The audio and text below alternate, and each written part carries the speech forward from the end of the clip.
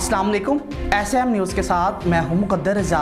SM news studio में खुशामदीद। खबरों का सिलसिला बढ़ाते हुए हबशाम करते हैं बहावल नगर से तल्लुक़ रखने वाले वफ़द की वज़ीर आज़म इमरान खान से मुलाकात। वज़ीर आज़म इमरान खान से बहावल नगर के टिकट होल्डर्स और तंजीमी अहदेदारों ने भी मुलाकात की। मुलाकात करने वाले ज़िले सदर PTI Malik Muzaffar, general secretary Nadeem Shah शामिल थे। चौधरी अब्दुल्ला, मियाँ एहतशाम, काशिफ नवीद, सिकंदर फयाज, शौकत महमूद बसरा और दीगर अफराद शामिल थे।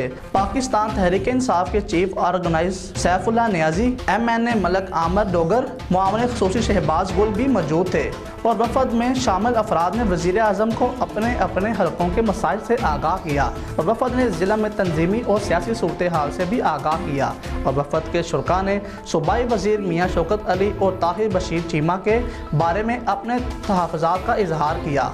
शुरका का कहना है कि ज़िला में सिर्फ 2 अफराद अपनी मनमानी कर रहे हैं।